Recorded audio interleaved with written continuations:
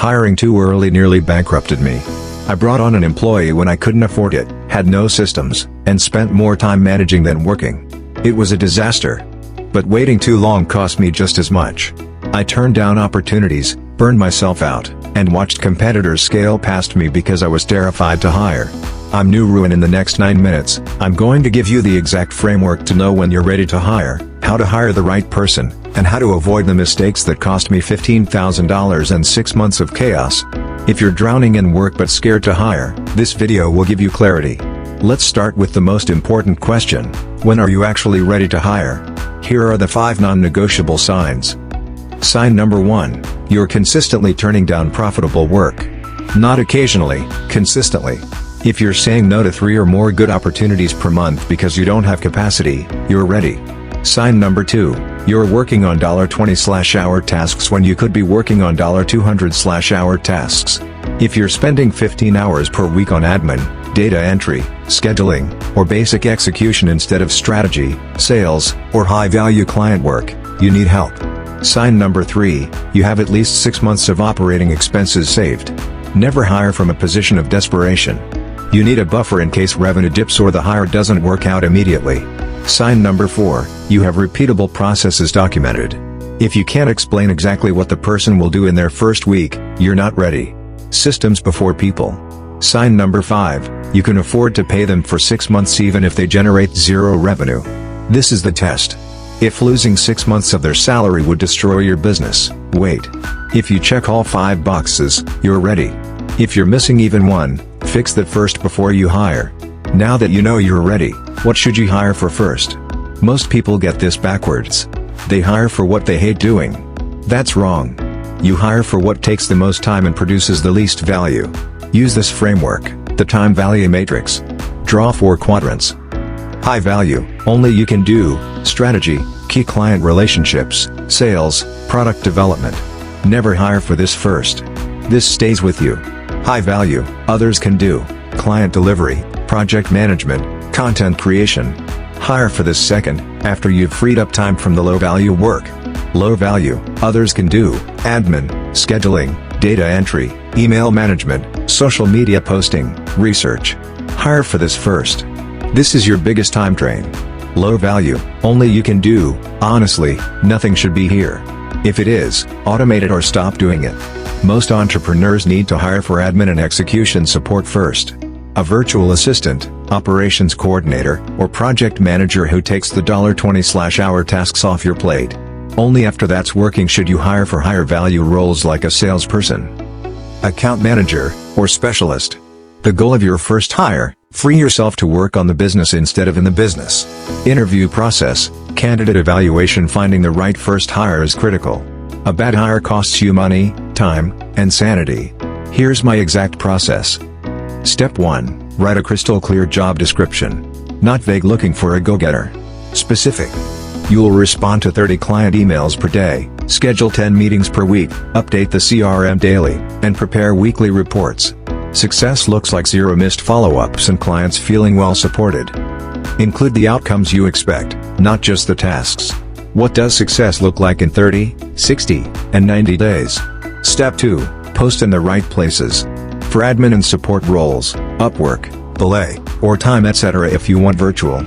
Indeed or LinkedIn for local. For specialized roles, industry-specific job boards, LinkedIn, or referrals from your network. Step 3. Test before you hire. Don't just interview, give them a paid test project. Here are 20 emails that came in this week. Draft responses using our tone and guidelines. You have 2 hours. Pay them $50 for the test. This shows you how they actually work, not just how they interview. Step 4. Check for culture fit, not just skills. Skills can be taught. Attitude and reliability can't. Ask, tell me about a time you had to figure something out on your own. How do you handle unclear instructions? What does good communication look like to you? You want someone who's proactive, communicates clearly, and doesn't need hand-holding for every decision. Step 5. Start with part-time or contract. Don't go straight to full-time employee. Start with 10 to 20 hours per week for 90 days. This protects you financially and lets you test the relationship before you commit. Here's where most first-time employers fail: terrible onboarding. You hire someone, throw them in the deep end, and wonder why they're not performing. Here's my onboarding framework. Week 1, Systems and Access. Give them access to all tools, email, CRM, project management, Slack, whatever they need. Walk them through your documentation. Have them watch recorded screen tutorials. Don't expect them to produce much this week. They're learning. Week 2, Shadowing and Supervised Work. They watch you do the tasks, then they do them while you watch. You're right there to answer questions and correct mistakes in real time. This prevents bad habits from forming. Week 3, Independent Work with Check-ins. They start doing the work independently, but you have daily 15-minute check-ins. What did you complete today? What questions do you have? What's blocking you? Week 4 and beyond, weekly check-ins only. By now, they should be operating independently. You move to weekly 30-minute check-ins to review priorities, address issues, and give feedback. The key, over-communicate for the first month. It feels like a lot of time up front, but it saves you months of fixing mistakes and miscommunication later. Also, document everything as you train them. Record your screen when you show them how to do something. This becomes your SOP library. When they have a question later, you send them the video instead of re-explaining. Managing your first employee is a skill you have to learn. Here's how to do it without becoming a micromanager. 1. Set clear expectations and outcomes. Don't tell them how to do everything. Tell them what the outcome should be.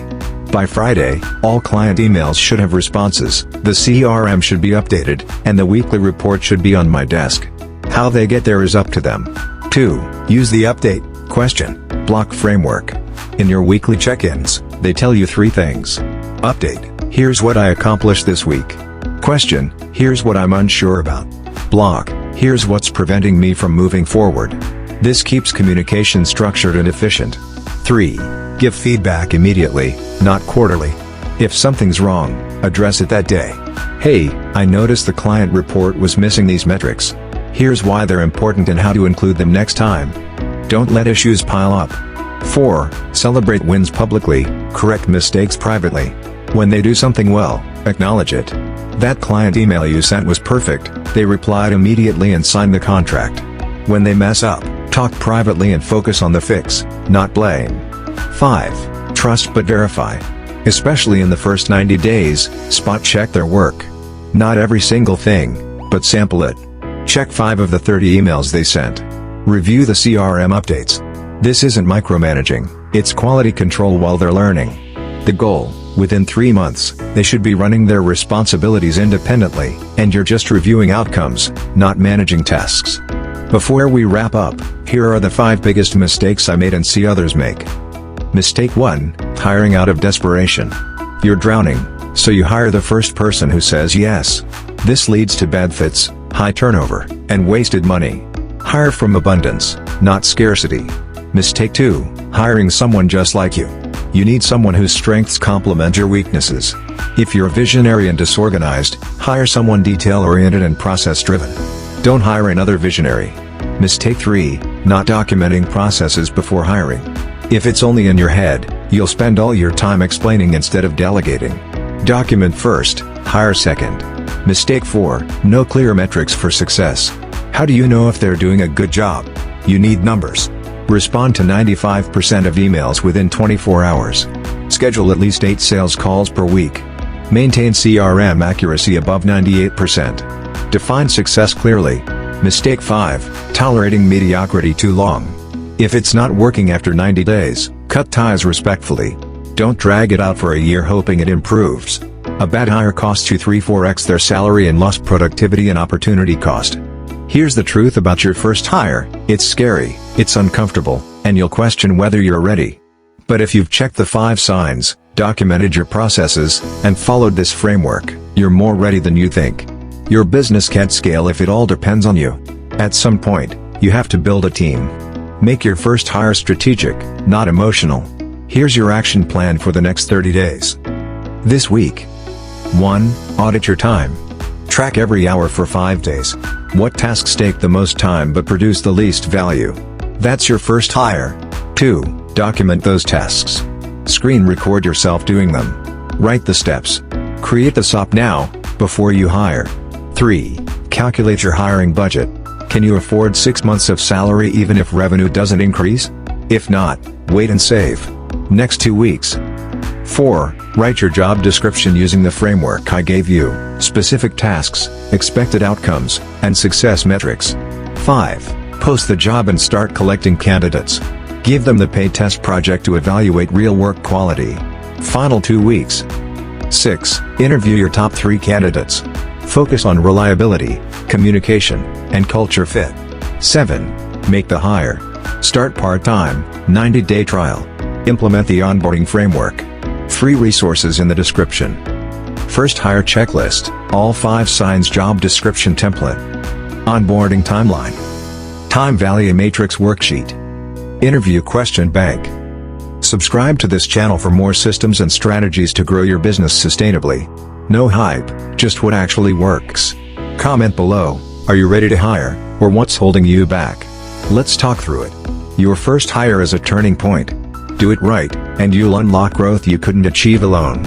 Now go build your team.